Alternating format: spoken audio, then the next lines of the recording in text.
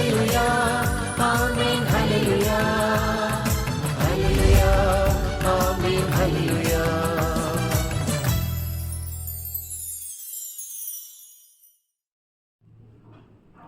தந்தை மகன் தூய ஆவியாரின் பெயராலே ஆமேன்.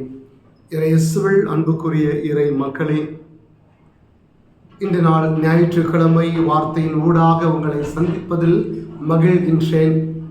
இந்த நாள் முழுவதும் உங்களுக்கு இறை ஆசிர் மிக்க ஒரு நாளாக அமைய வாழ்த்துகிறேன்.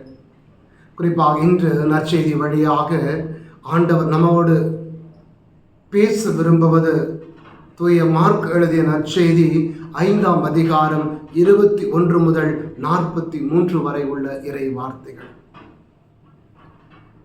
இந்த நற்செய்தியிலே இறைவன் 2 விதமான விசுவாச அனுபவங்களை நமக்கு சுட்டி காட்டுகின்றார். 2 நபர்கள் வாழ்க்கையினுடைய விரக்தியின் ஆழத்தில் இருக்கிறவர்கள். ஒரு பெண் 12 வருடம் நோயுற்றி கடந்தவள். எல்லாரும் அவரை பார்த்து தீட்டு தீட்டு என்று சொல்லி ஒதுக்கி வைத்தார்கள். ஆனால் நம்பிக்கையோடு போய் தொட்டால் இயேசுவை, ஆண்டவருடைய வல்லமை அவளை சுகப்படுத்தி அவளுடைய இழந்த வாழ்வை அவளுக்கு திரும்ப கொடுக்கிறது. இன்னொரு பக்கம் யாயிர் ஜெபக்கூட தலைவர், மகளுடைய நோயில் இயேசுவை அணுகி வருகின்றாள்.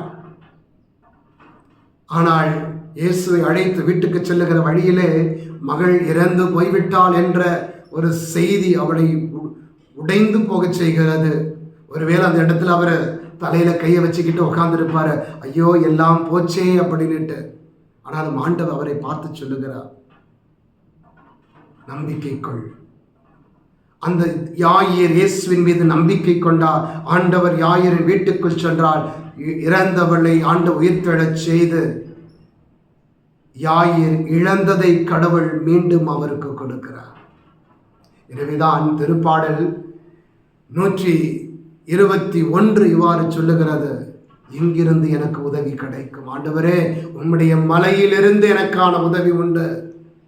எனக்கு உதவி செய்யும் கடவுள் உறங்குவதும் இல்லை, உறங்கி போவதும் இல்லை என்று தாவீது பாடுகிற பொழுது, நம்முடைய வாழ்வின் அன்றாட போராட்டங்களிலே எத்தனை பெரிய போராட்டம், எவ்வளவு வேதனை, துன்பம், நெருக்கடியில் நாம் விழுந்து கடந்தாலும் ஆண்டவருக்கு அருகிலே நாம் வருகிற பொழுது நமக்கான உதவி இதோ காத்திருக்கிறது.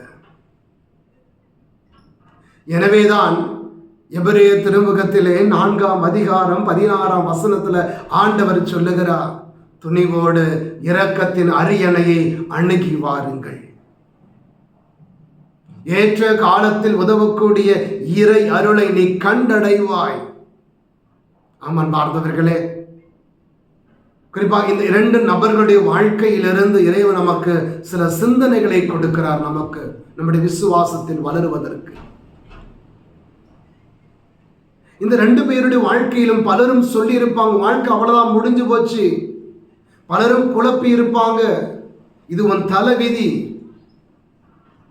உன்னால் வாழ்க்கையில் நீ வெளியே வர முடியாது, ஜெயிக்க முடியாது, உன் மகள் செத்து போயிட்டா, இனிமே அவளுக்கு வாழ்க்கை கிடையாது, நீ 12 வருடம் நோயிற்று கிடக்கிற, இதுவரைக்கும் கிடைக்காத சுகமா இனி கிடைத்து விட போகிறது என்று பலரும் குழம்பின பொழுது அவள் மனம் சோர்ந்து போனது என்னமோ உண்மைதான். ஆனால் இயேசுவை கண்ட பொழுது அவர்கள் இருவருமே இயேசு இருக்கிறார் என்ற துணிவினால் ஆட்கொள்ளப்படுகிறார்கள். இந்த ஆண்டவர் எங்களோடு இருக்கிற பொழுது, அந்த ஆண்டவருக்கு அருகில் நான் செல்லுகிற பொழுது எனக்கு விடுதலை உண்டாகும் என்ற ஒரு நம்பிக்கை அவர்களில் ஊற்றெடுக்கிறது. நம்முடைய வாழ்க்கையிலும் இந்த துணிவு நமக்கு வேண்டும் அன்பார்ந்தவர்களே. துணிவோடு இயேசுவை அணுகணும் நாம. அந்த துணிவு தான் எனக்கு விசுவாசத்தில் ஒரு பிடிவாதத்தை கொடுக்கிறது. குடும்பத்திலே பார்க்கிறோம், பிள்ளைகள் தங்களுக்கு தேவையானதை பெற்றுக்கொள்ளும் வரை பெற்றோரிடம் அடம் பிடிக்கிறார்கள். அதுபோலத்தான் அன்பார்ந்தவர்களே, நம்முடைய விசுவாச வாழ்க்கையிலும் நான் ஆண்டவரிடம் பெற வேண்டும் என்று விரும்புவதை பெறும் வரை விடாமல் ஆண்டவரை துரத்தன நான், விடாமல் மீண்டும் மீண்டும் பிடிவாதத்தோடு ஆண்டவரை அணுகி வரணும். நாம விசுவாசத்தில் இருக்க வேண்டிய மிக முக்கியமான ஒரு குணம் இது, பிடிவாத குணம். கொஞ்ச நாள் போராடுவேன், அதுக்கப்புறம் எதிர்பார்த்தது கிடைக்கலையா, அட போடா என் தலைவிதி என்று சொல்லிட்டு போகாம, ஆண்டவரே நீர் என்னை ஆசீர்வதிக்கும் வரை நான் உன்னை விட மாட்டேன் என்ற ஒரு பிடிவாதம். ஆண்டவர் கரைகள் வருகிற பொழுது அந்த பிடிவாதம் உன்னை நோக்கி ஆண்டவரை திரும்ப வைக்கும். அதுதான் இங்கே நடக்கிறது.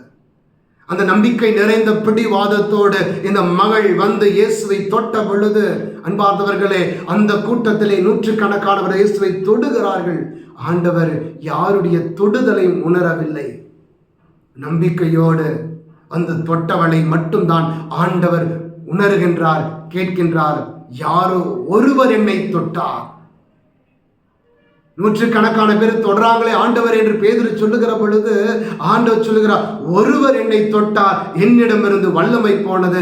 காரணம் அவளுடைய பிடிவாதம் நிறைந்த ஒரு விசுவாசம். ஆண்டவரை அவளை சந்திக்க வைக்கிறது. அங்கே அந்த இறை சந்திப்பு அவள் இழந்ததை அங்கே திரும்ப பெற வைக்கின்றது. கடவுளுடைய இரக்கம் அவளை ஆட்கொள்ளுகின்றது. இரக்கம் நிறைந்த கடவுள் சுகமளிக்கும் வல்லமையினாலே அவளை சுகப்படுத்துகின்றார். அவள் இழந்ததை அங்கே திரும்ப கொடுக்கின்றார். அன்பார்ந்தவர்களே, நம்முடைய வாழ்க்கையை யோசித்து பாருங்கள்.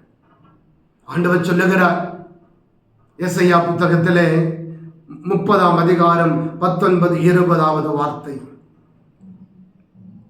சியோன் வாழ் மக்களே, எருசலேமில் குடியிருப்பவர்களே, நீங்கள் அழ வேண்டாம். கடவுள் உங்கள் மீது திண்ணமாய் அருள் கூறுவார். நீங்களும் நானும் செய்ய வேண்டியது ஒன்று மட்டும்தான், பிடிவாதம் நிறைந்த நம்பிக்கையோடு ஆண்டவரை அணுகி வரணும்.